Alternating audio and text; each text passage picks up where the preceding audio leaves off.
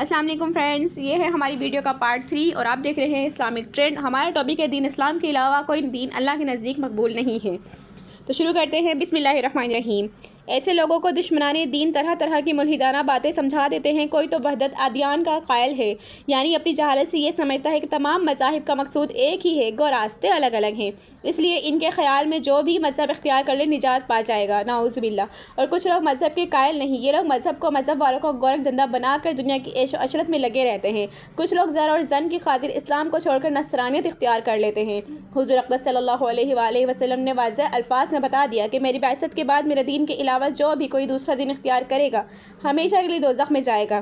خوب سمجھ لو اور سمجھا دو، جو لوگ کسی بھی مذہب کے قائل نہیں وہ بھی منکر اسلام ہیں اور ہمیشہ کے لیے دوزخی ہیں۔ اس بات کے کہنے میں نہ جھجکو، خوب ڈنکے کی چوٹ پر کہو۔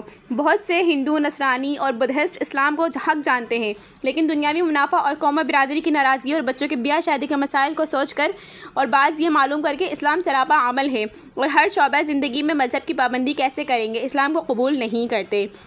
ان لوگوں نے اسلام کو حق تو جانا مگر قبول نہیں کیا اور یہ سمجھ کر رہ گئے کہ جیسے دوسرے رواجی دین ہے ایسے ہی اسلام بھی ایک دین ہے۔ حالانکہ اسلام قبول کرنے والے پر اللہ تعالیٰ نے جو خالق و مالک ہے، آخرت کی نجات کا مدار رکھا ہے۔ جو اسلام قبول کرے گا اور اس پر مرے گا جنتی ہوگا، اور جو اسلام کے علاوہ کسی دین پر مرے گا، ملحد و زندیق یا بے دین ہوگا، وہ ہمیشہ کے لیے دوزخ میں جائے گا۔ مسئلہ صرف دنیا کا نہیں ہے، ہمیشہ کے عذاب سے بچنے کا ہے۔ قرآن مجید جو شخص اسلام کے علاوہ کسی دین کو اختیار کرے گا تو وہ دین اس سے ہرگز قبول نہ کیا جائے گا اور وہ آخرت میں گھاٹا اٹھانے والوں میں سے ہوگا۔ سورۃ عمران آیت نمبر 85۔ اے ایمان والو، سلام سیکھو، اس کے عقائد معلوم کرو، ایمان کی حفاظت کرو اور اسلام کی دعوت کافروں کو دیتے رہو، اسلام قبول کرنے میں ان کا بھلا ہے۔ آتے ہیں ہمارے دوسرے ٹاپک کی طرف۔ ہمارے دوسرے ٹاپک کا نام ہے ایمان کی حلاوت اور اس کے اہم تقاضے۔ شروع کرتے ہیں۔ بسم اللہ الرحمن الرحیم۔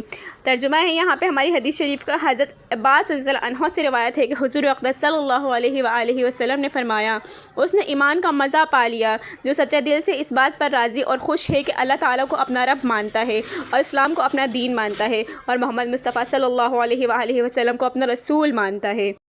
حضرت انس رضی اللہ عنہ سے روایت ہے کہ حضور اقدس صلی اللہ علیہ وآلہ وسلم نے ارشاد فرمایا کہ 3 چیزیں جس شخص میں ہوں گی اور وہ ان کی وجہ سے ایمان کی مٹھاس محسوس کرے گا۔ اول یہ کہ اللہ اور اس کے رسول سب سے زیادہ محبوب ہوں۔ دوسرا، جس کسی بندے سے محبت ہو صرف اللہ کے لیے ہو۔ تیسرا، کفر میں واپس جانا اس کو ایسا ہی ناگوار ہو جیسا کہ آگ میں ڈالے جانا ناگوار ہے۔ تشریح پہ آتے ہیں اس کی۔ ان دونوں حدیثوں میں مومن کی چند خاص بلند صفات بتائی ہیں اور ارشاد فرمایا ہے کہ مسلمان آدمی کو دل کی گہرائی سے یقین کی سچائی کے ساتھ ایمان لانا چاہیے۔ ایسا ایمان ہو جو دل میں رچ جائے، رگ و پے میں سما جائے۔ مسلمان کے گھر پیدا ہونے کی وجہ سے یا مسلم معاشرے میں رہنے کی وجہ سے اپنے آپ کو صرف سرسری طور پر مسلمان نہ سمجھیں، بلکہ اسلام کو نعمت عظیمہ سمجھیں، دل کی گہرائی سے قبول کرے، اللہ کو اپنا رب مانے اور اسلام کو اپنا دین مانے، حق ماننے اور حضرت محمد مصطفیٰ صلی اللہ علیہ وآلہ وسلم کو اپنا رسول ماننے پر ظاہر و باطن سے اور دل و جان سے راضی اور خوش ہو اور اس دولت کو سب سے بڑی دولت سمجھے۔ جس شخص میں یہ بات ہوگی وہ ایمان کا مزہ اپنے اندر محسوس کر لے گا اور اس مزے کے سامنے دنیا کے کسی مزے کو نظر میں نہ لائے گا۔ ایمان کے تقاضوں میں سب سے بڑا تقاضا یہ ہے کہ اللہ اور اس کے رسول صلی اللہ علیہ وآلہ وسلم سے اتنی زیادہ محبت ہو جو کسی سے بھی نہ ہو، نہ اولاد سے، نہ ماں باپ سے، نہ کسی عہدیدار سے، نہ جاہ و مرتبہ سے، نہ مال و دولت سے، نہ حکومت و مملکت سے، اور تعلقات کا رخ اللہ اور اس کے رسول صلی اللہ علیہ وآلہ وسلم کے تعلق کی طرف موڑ دے۔ یعنی جس بندے سے محبت ہو، اللہ کے لیے ہو کہ یہ بندہ اللہ سے تعلق رکھتا ہے، نمازوں کا پابند ہے، ذکر تلاوت میں مشغول رہتا ہے، اللہ کے دین کی خدمت میں لگا رہتا ہے، اس کو اللہ تعالیٰ سے تعلق ہے، اللہ تعالیٰ کو اس سے تعلق ہے، اسی تعلق کی بنیاد پر میں اس سے محبت کرتا یا کرتی ہوں۔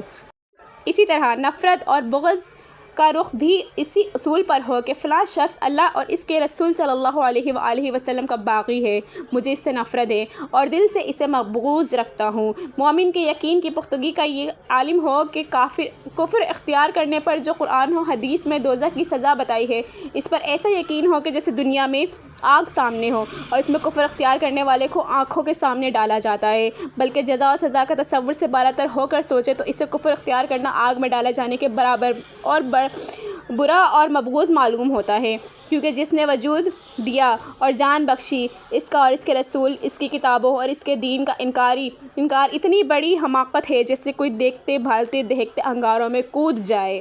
کفر کی سزا دوزخ تو ہے ہی، لیکن کفر اختیار کرنا بھی سمجھدار اور شریف انسان کے لیے جو اللہ کی خالقیت اور مالکیت کو جانتا ہے دوزخ سے کم نہیں ہے۔